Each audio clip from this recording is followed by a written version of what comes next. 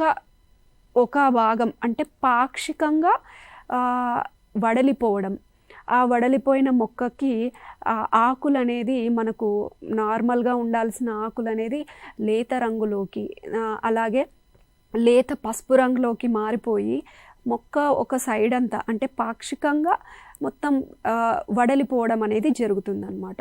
కాబట్టి దీనికి మనము ఈ వడలు పోయే దశ నుంచి క్రమేణా మొత్తం ఎండిపోతుందన్నమాట. కాబట్టి మనకు ఎండు తెగులు అనే పేరు రావడం జరిగింది.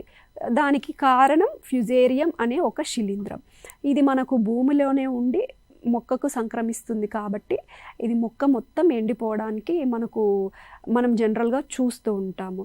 అలాగే ఇది చూసుకున్నట్లయితే ఈ తెగులు మనకు ఏ దశలోనైనా పంటకు ఆశించే ఆస్కారం ఉంది. అంటే మనకు మొదలుకొని పంట చివరి వరకు కూడా ఏ దశలో అయినా ఈ శిలీంధ్రం అనేది పంటకు నష్టాన్ని కలుగజేసే ఆస్కారం ఉంది.